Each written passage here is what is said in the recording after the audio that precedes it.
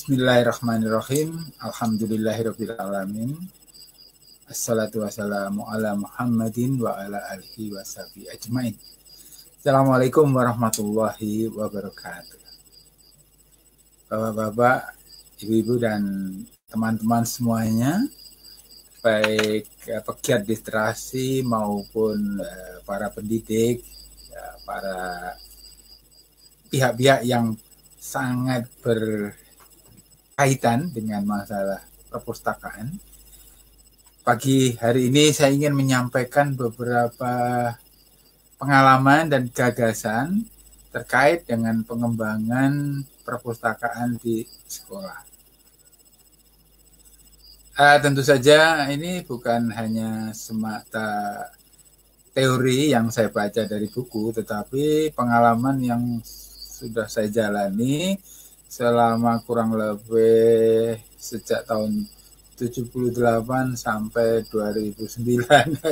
Jadi mungkin dengan cara itu saya bisa berbagi banyak hal yang mungkin insya Allah ya bisa bermanfaat bagi sekolah dan dunia pendidikan pada garis besarnya.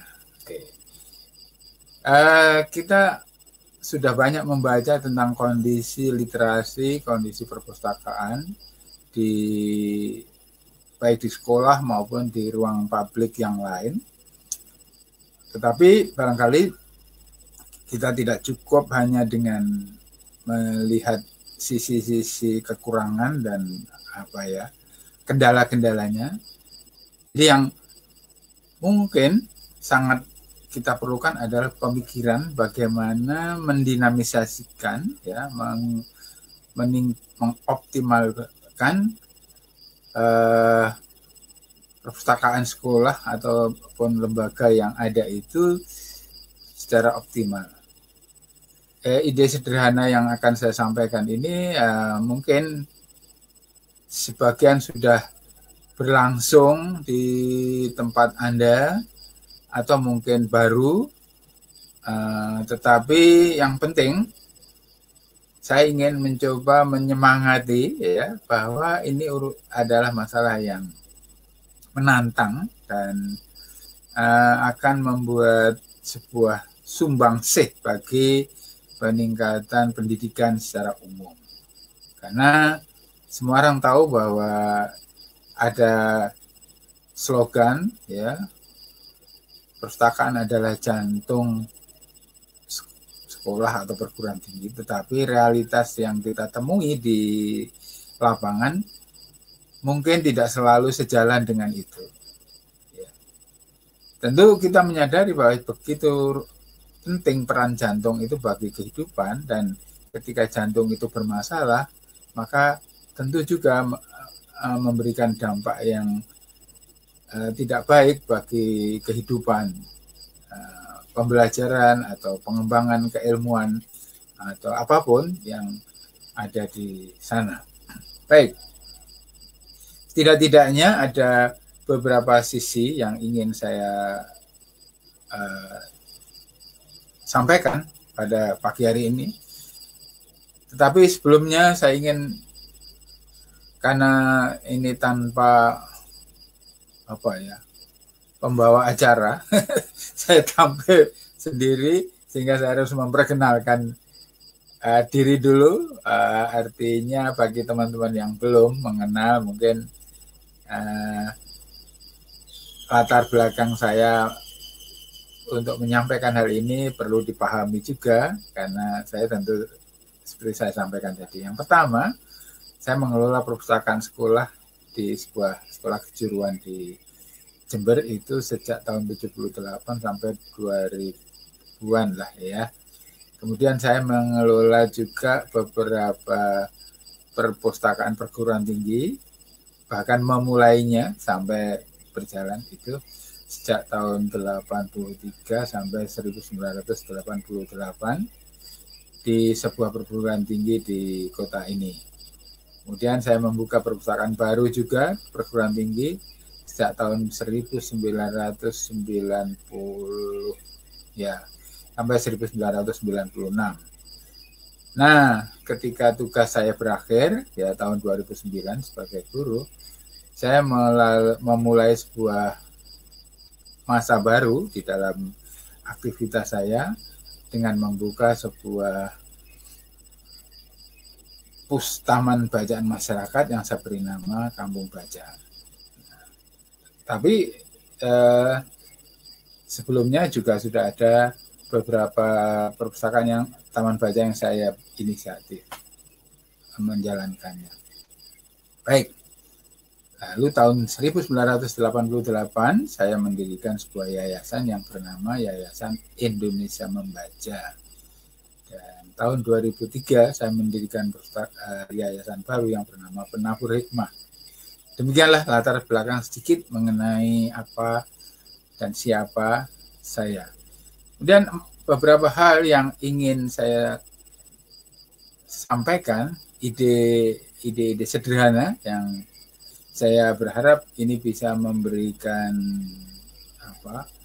stimulus ya bagi teman-teman dan mungkin juga menjadi jalan keluar ketika ada masalah yang butuh penyelesaian atau butuh solusi. Ya. Yang tiga hal itu adalah manajemen, ya, kemudian koleksi dan layanan. Yang keempat adalah SDM. Nah, jadi manajemen, koleksi, layanan, dan SDM. SDM saya taruh belakang saja supaya kita lebih leluasa. Jadi di dalam hal manajemen, kita melihat struktur di dalam organisasi sekolah, ya kita bisa mencari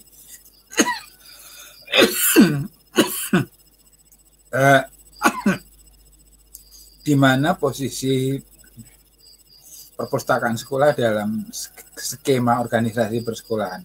Nah, dari sana saya tidak ingin menggambarkan sesuatu karena saya sudah lama tidak berkecimpung di sekolah dan juga tidak membaca kondisi terakhir ya bagaimana. Tetapi yang penting adalah bahwa ketika kita menyadari bahwa perpustakaan itu adalah jantung, maka dia harus ditempatkan secara strategis di dalam organisasi sekolah.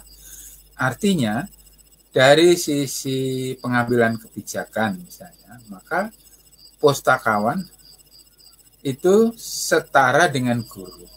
Artinya setara dengan guru kalau dia sudah mempunyai status sebagai pustakawan profesional ya, yang mempunyai pendidikan, ilmu pengetahuan dan sehingga secara kepangkatan mungkin ya sejajar karena ada jabatan fungsional pustakawan. Tetapi tentu saja kondisi ini masih jauh dari ideal. Mungkin di dalam satu kota itu hanya beberapa saja yang, terutama yang ada mungkin hanya di perguruan tinggi, di sekolah belum terakomodasi tuntutan ini tentunya. Nah, oleh karena itu, kalau secara formal tidak mungkin demikian, maka tentu kita sekolah bisa mengambil kebijakan bahwa setidak-tidaknya kepala perpustakaan itu seorang tenaga khusus yang bukan guru, tetapi memiliki kemampuan pustakawan, ya. Syukur-syukur kalau dia memiliki kualifikasi karena dia lulusan prodi atau fakultas atau apapun yang mempunyai keahlian di bidang itu. Nah, tentu karena mengusulkan menjadi pegawai tetap pustakawan itu tidak mudah, maka paling tidak di dalam kesejahteraan dan sebagainya itu diperhatikan sebagai selayaknya seorang guru, hanya gelarnya adalah guru pustakawan. Nah, begitu ya. Jadi ini kebijakan sekolah tentunya bagaimana menempatkan dia sebagai sebuah sosok ya yang Ini pada saat-saat pertemuan atau rapat itu terlibat di dalam rangka program sekolah itu. Jadi entah itu penyusunan anggaran atau itu masalah yang berkait dengan kurikulum, sehingga nanti pustakawan bisa memberikan masukan bagaimana sumber belajar itu disediakan, ya. Dan tidak cukup misalnya kalau pustakawan itu hanya diambil dari tenaga administrasi, karena bahkan beberapa sekolah, misalnya di sekolah dasar, apakah di sana sudah ada tenaga administrasi, maka pada umumnya jarang sekolah yang memiliki tenaga administrasi khusus, ya, kecuali sekolah yang mungkin sudah mapan. Apa namanya? Jadi dengan menempatkan kepala perpustakaan sekolah itu setara dengan jabatan guru, ya, dengan gelar khusus guru pustakawan, teachers librarian, ya, gitu ya. Maka dia di dalam penyusunan kegiatan perpustakaan bisa dibuat setara dengan program pembelajaran yang lain, ya. Tentu dengan dengan sifat yang berbeda, ya. Jadi sisi manajemen. Jadi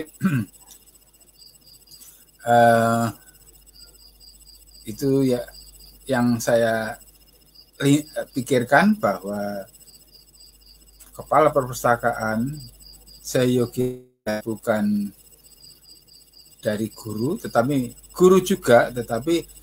khusus menangani perpustakaan, ya, dengan otoritas tertentu, bahwa nanti yang bersangkutan diberi jam-jam tertentu, ya, diberi jam tertentu untuk masuk kelas dengan materi khusus, ya, misalnya tentang literasi secara umum, tentang teknik-teknik belajar menggunakan sumber bacaan. Ini sangat dimungkinkan, ya, sangat dimungkinkan, walaupun takarannya misalnya hanya 1 jam pelajaran, tidak masalah. Jadi kalau ini juga akan menambah katakan saja kesejahteraan, kan begitu, kesejahteraan dari guru. Misalnya dicarikan gimana caranya menambah, ya sudah, di luar tugas itu diberi jam tambahan. Nah, saya tidak tahu persis bagaimana perkembangan kondisi finansial di sekolah, tetapi saya pikir tidak ada masalah yang tidak bisa diselesaikan dengan cara yang visioner, ya, tentu saja, ya. Semuanya berpulang kepada pelaksana. Ketika ada satu tantangan yang harus dijawab, tentu yang dicari adalah pemecahan, bukan rumus-rumus yang kaku yang justru tidak memungkinkan. Kemudian yang kedua tadi adalah mengenai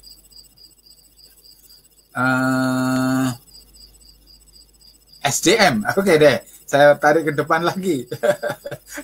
SDM. Ya, jadi SDM tadi sudah saya bahas, satu tentang ini kepala perpustakaan, ya, yang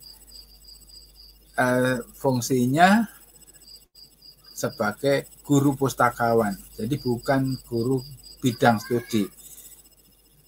Karena dengan otoritasnya sebagai guru pustakawan, maka mata pelajaran yang dipegang adalah mata pelajaran muatan khusus, yaitu ilmu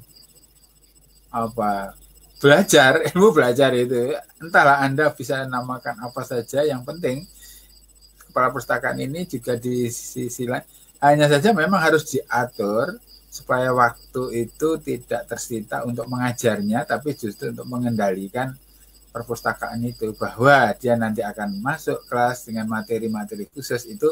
Saya kira sekolah sangat mampu mengatasinya, ya, sangat mampu. Jadi semuanya kembali kepada kita, mampukah kita berpikir secara out of the box. Nah, jadi jangan sampai istilah out of the box itu hanya menjadi slogan kosong yang hanya mudah diucapkan tapi mustahil diimplementasikan. Kemudian SDM yang lain selain pustakawan adalah tenaga asisten yang difungsikan di situ. Jadi idealnya memang di petugas yang diperbantukan perpustakaan itu menangani masalah-masalah teknis, misalnya pemrosesan buku, pelayanan, dan jika pelayanan pemakai dan sebagainya itu. Jadi tidak mungkin kepala perpustakaan melakukan segala-galanya, ya. Dan itu seyogianya petugas ini memang dengan kondisi khusus, ya, latar belakang pendidikan, kemampuan penguasaan bahasa, dan sebagainya. Nah, kalau bisa mendapatkan tenaga khusus dari jurusan perpustakaan, entah D3, entah S1, itu tentu sangat baik. Bukankah sekarang sudah banyak dibuka jurusan perpustakaan? Jadi sejauh ada kemauan, tentu hal itu tidak mustahil. Bahwa tentu di depan ada masalah yang umumnya bersifat finansial, itu bukan untuk dihindari tentunya, ya, tapi dicarikan solusi. Ya. Bagaimana itu bisa terwujud? Ya, ini tantangan kita. Ya, kalau jantung kita mau sehat. Ya. Lalu dengan rombongan belajar yang banyak, hanya dibantu dengan misalkan 1 minimal, ya, maksimal 2, atau tergantung kemampuan sekolah. Tentu tidak mungkin hal itu bisa dilakukan. Apa yang bisa dilakukan adalah membentuk tim relawan. Nah, tim relawan ini bisa secara internal, misalnya, ya, internal itu dengan mengambil satu kelas itu 2 atau 3 orang siswa untuk dijadikan murid pustakawan. Nah, murid pustakawan ini dalam bahasa Inggrisnya kan students librarian. Kalau pimpinannya tadi teachers librarian, maka muridnya itu adalah students librarian. Nah, dengan perlakuan khusus, ya, dengan lewat sidang dewan guru dan sebagainya, ini bisa dirancang secara bagus sekali. Ya, misalnya kewajibannya hanya 5 menit sebelum istirahat dan 5 menit sesudah istirahat, dan jam istirahat itu sendiri. Jadi kalau jam istirahatnya 15 menit, berarti dia punya waktu 25 menit untuk bertugas di perpustakaan. Tentu ini bagus sekali, kan? Sudah lumayan. Apa yang bisa dilakukan murid pustakawan ini di perpustakaan? Pertama, ya, menata ruangan ketika dia memulai tugas. Misalnya apa sajalah, merapikan buku, mengembalikan buku pada raknya sudah dipakai, dan seterusnya. Kemudian membantu sirkulasi, ya. Kemudian membantu memproses. Ya.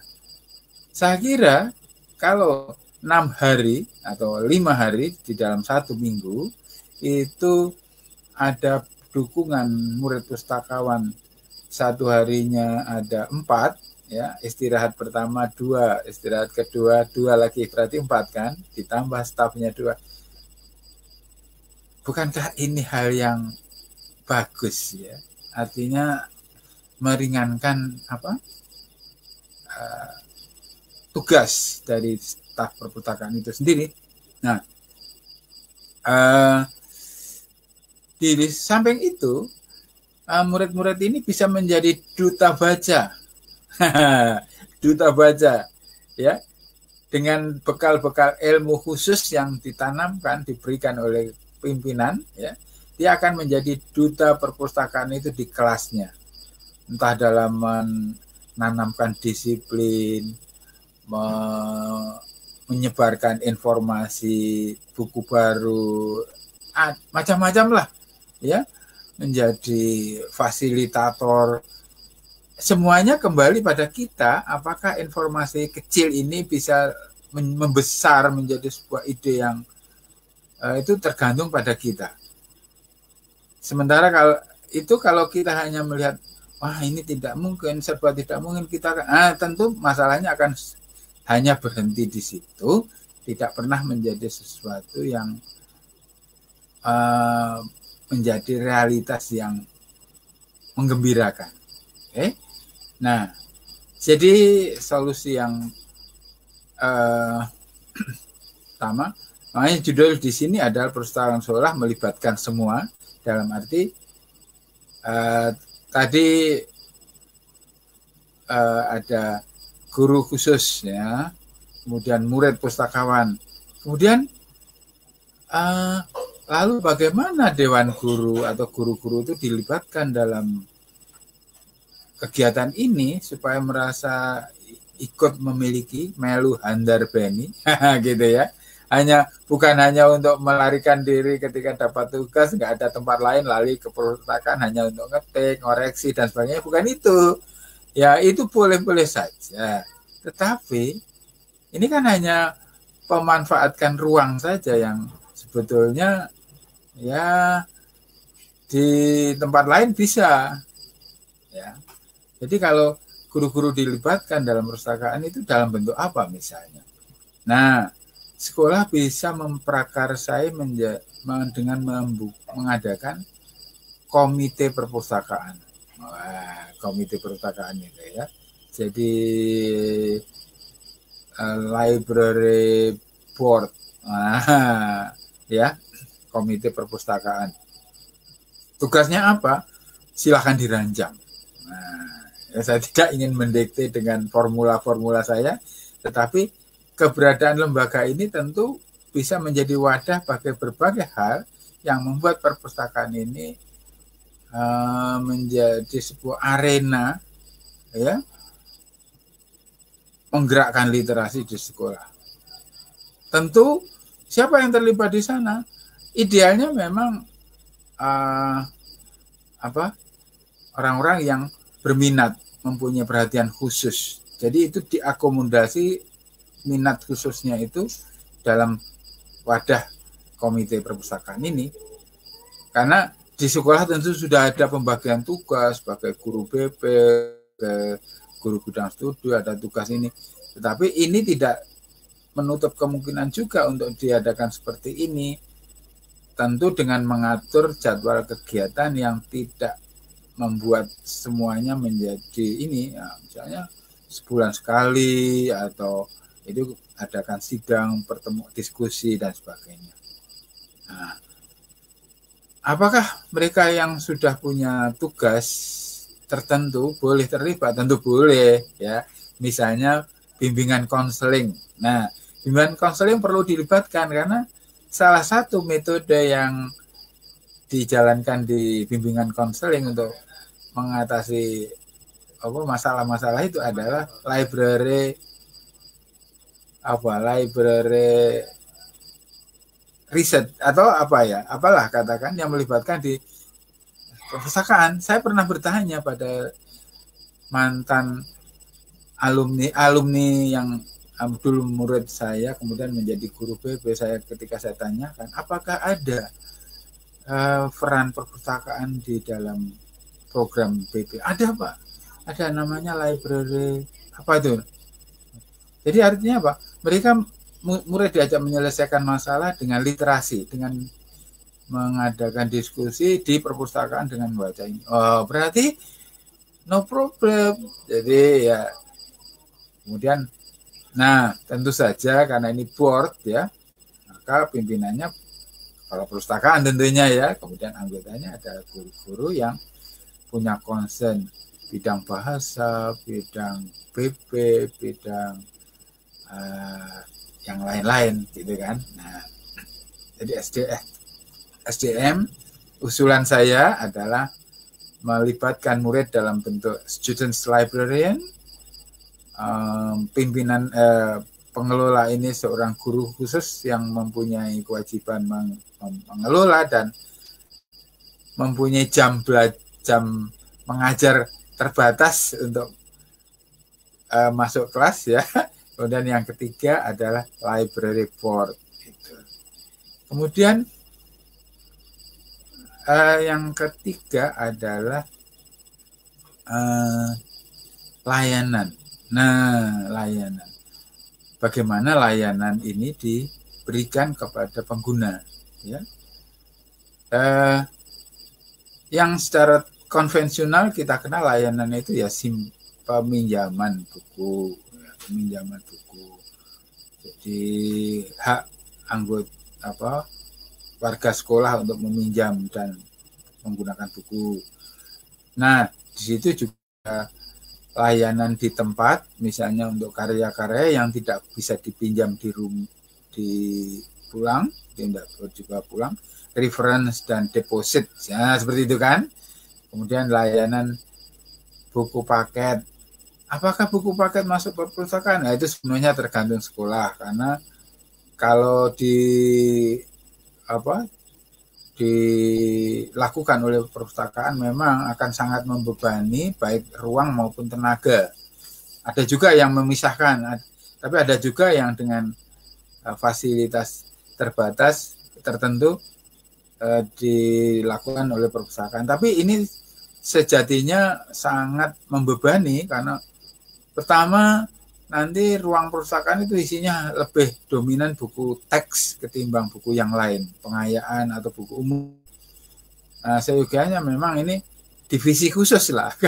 Kalau masuk wilayah perpustakaan, karena nanti masalah administrasi juga sangat tergantung perpustakaan, maka ada divisi khusus, tempat khusus yang terpisah. Nah, ada pengelola ya, walaupun pada jam-jam tertentu petugasnya nanti masuk bergabung di perpustakaan yang sesungguhnya. Itu tentang layanan. Layanan itu seyogianya dibuat diversifikasi. Artinya ibarat orang jualan, yang dijual itu macam-macam, ya. Di samping jualan utama. Kita tahu ya, kadang-kadang sebuah toko itu pertama yang dibuka fotokopi, ya. Soalnya fotokopi hanya untuk menarik ya. Kemudian di situ dia juga jual alat tulis ya. Kemudian alat tulis kadang-kadang ada toko juga yang di luar itu juga jual kue-kue basah seperti itu. Nah, ini taktik entrepreneur dari ini untuk memanfaatkan pengunjung itu menggunakan membeli produk-produk dan jasa yang ada di situ ya. Kadang-kadang banyaklah. Kita lihat saja toko-toko pengusaha yang kreatif itu. Nah, kenapa perpustakaan tidak bisa kreatif ya? Kenapa kita tidak melirik ke usaha-usaha itu ya? Itu. Jadi kita kemas saja jasa-jasa yang bisa dijual lewat perpustakaan. Dijual dalam arti ya, bukan selalu berurusan dengan transaksi finansial ya, dijual, dan ini jasanya digunakan, itu dijual. Nah, kemudian apa ya, misalnya terjemahan ya, misalnya terjemahan atau guru-guru yang tidak sempat ini ya. Kalau dulu sih terjemahan, sekarang rasanya tidak mungkin ya. Penjilitan buku seperti itu ya. Kemudian penerbitan. Mungkin ada guru-guru yang ingin menerbitkan buku kecil untuk menghimpun karyanya, itu bisa menerbitkan secara indie ya. Tentu kebutuhan yang lain, kewajiban sekolah menggerakkan ini dengan menyediakan printer, laser dan sebagainya. Itu ide-ide yang bisa dikembangkan sendiri. Jadi diversifikasi itu membuat layanan-layanan itu tidak semata pinjam meminjam buku, tapi bisa juga wisata literasi. Nah, jadi perpustakaan mengelola sebuah paket wisata, kunjungan ke perpustakaan lain, dan dikomersialkan saja, biayanya sekian, tujuannya kemana. Tentu tidak usah mengharuskan semua murid ikut ya. Jadi cukup beberapa diajak keliling. Nah, di sini selain ini menambah aroma, warna, dan kualitas, juga paling tidak ada sedikit penghasilan lah dari para petugas perpustakaan yang rata-rata belum diangkat. Ya, itu. Dan ada kegembiraan tertentu, ada pengembangan wawasan. Pokoknya silakan deretkan saja manfaat positif dari program ini, seandainya itu bisa diwujudkan. Kemudian semangat yang ingin sampaikan pada Anda, mengapa kita harus melakukan layanan dengan meniru supermarket atau minimarket seperti itu ya. Kita tahu kalau kita masuk ke perpustakaan minimarket kan, selamat pagi, Anda datang, ini terima kasih untuk, nah, ramah, kemudian ada tata letak barang yang begitu rupa dan sebagainya itu. Kenapa ini kita tidak adopsi ke perpustakaan dengan, ya, kalaupun tidak bisa secara manusiawi, kita bisa secara otomatis, misalnya rekaman-rekaman yang masuk ketika ada tamu itu, selamat datang, dan Anda masuk di perpustakaan. Nah, sebentar ya. Di depan. Oh ya. Oke. Jadi itu. Syukur kalau ini pustakaan murid itu sudah disiapkan ya pada jam-jam tertentu, mungkin pagi disiapkan, tidak apa-apa.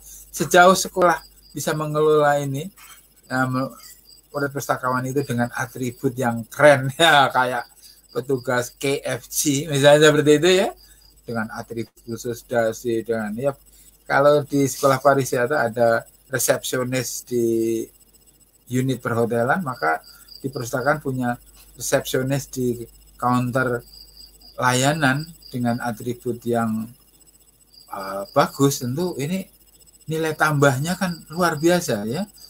Sekolah itu tidak hanya menjadi perpustakaan tidak hanya menjadi tempat buku yang muram dan menjemukan, tetapi menjadi sebuah pusat kunjungan juga ya.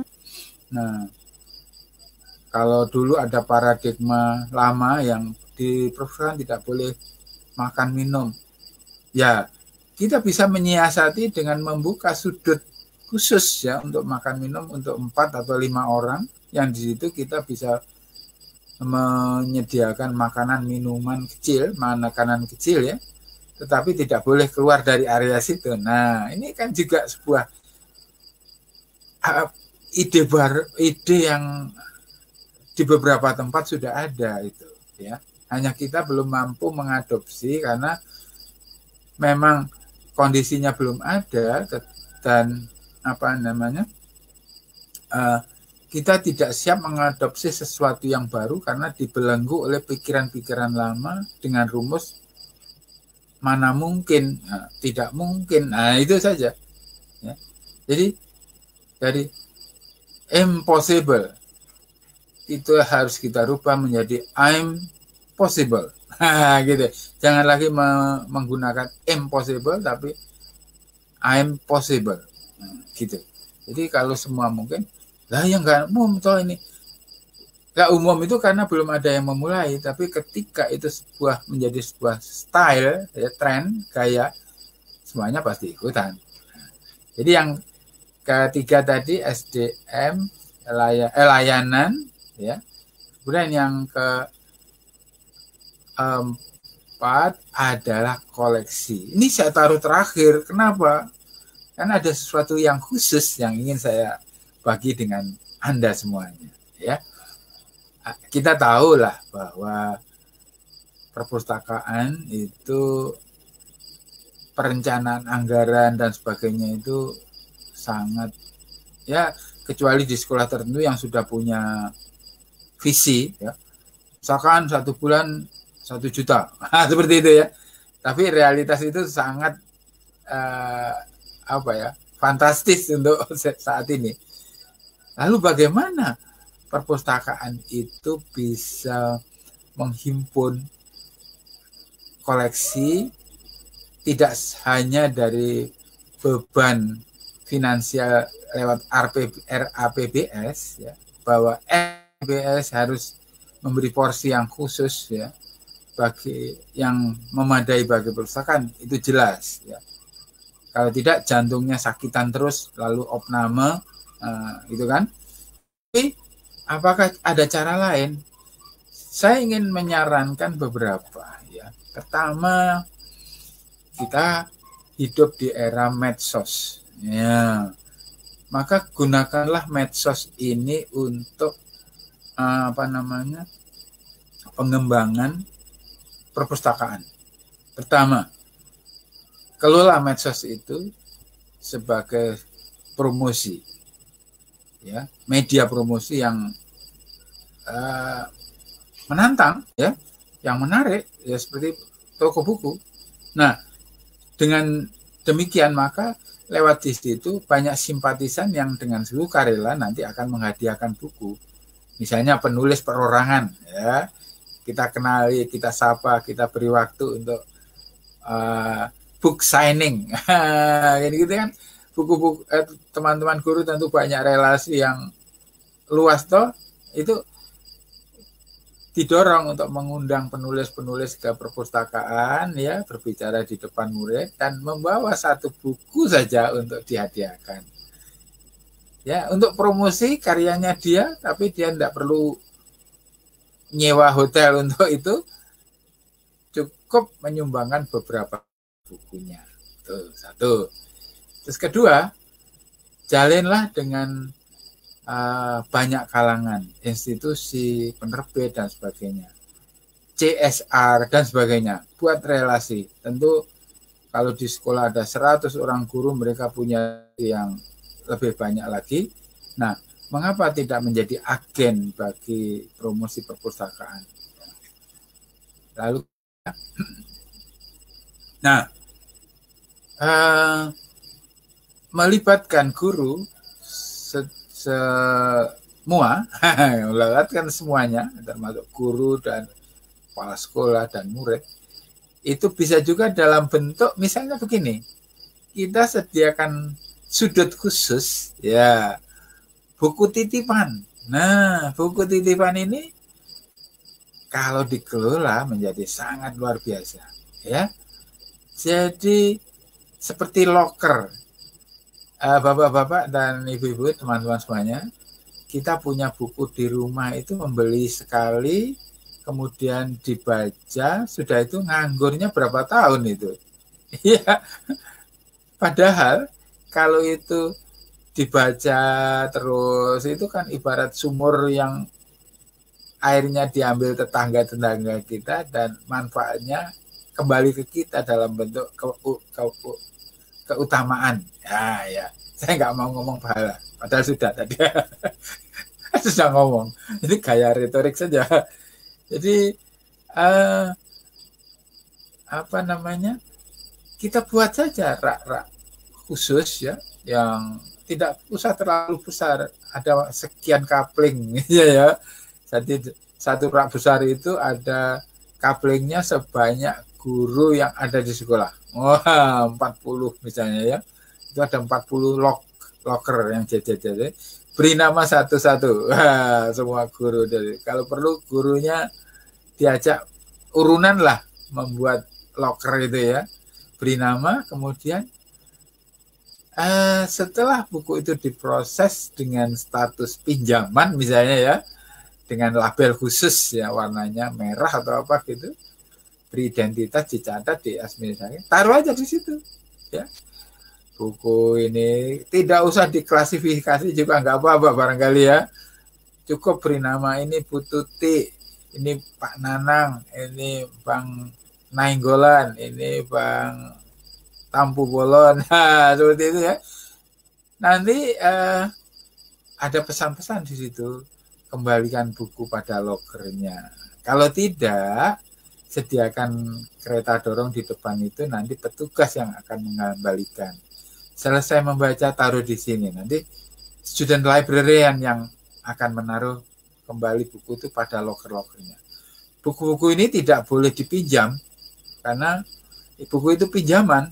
Nah, apa manfaat dari sudut ini? Ya, sudut ini nanti akan bermanfaat bahwa semua guru merasa ikut memiliki perpustakaan ini dan akan sering mengunjungi, paling tidak begini, melihat bukunya hilang apa enggak. Itu kan penting ya. Ya, itu.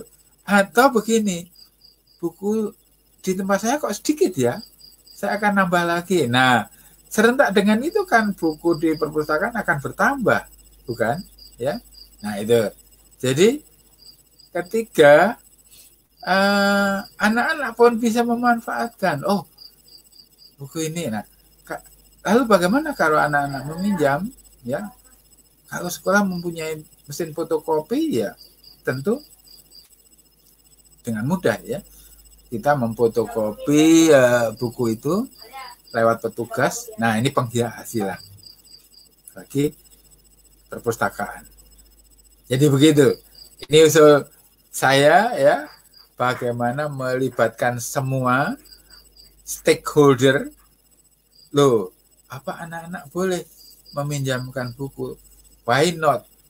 Selama sekolah masih, perpustakaan masih bisa mengelola, membuat rak khusus seperti itu ya. Kalaupun tidak rak yang mewah, saya pikir ada cara lain yang memungkinkan ide ini diserap untuk menjadi sebuah potensi mengembangkan perpustakaan. Teman-teman, saya kira itu ide saya sederhana saja untuk pagi hari ini. Moga-moga dari sini kita bisa mendapat hal yang baru yang membuat perpustakaan menjadi berkembang dan menjadi jantung yang sehat dari dunia pendidikan. Selamat pagi. Kalau ada pertanyaan silahkan tulis di komen dan jangan lupa subscribe kanalku. Assalamualaikum warahmatullahi wabarakatuh.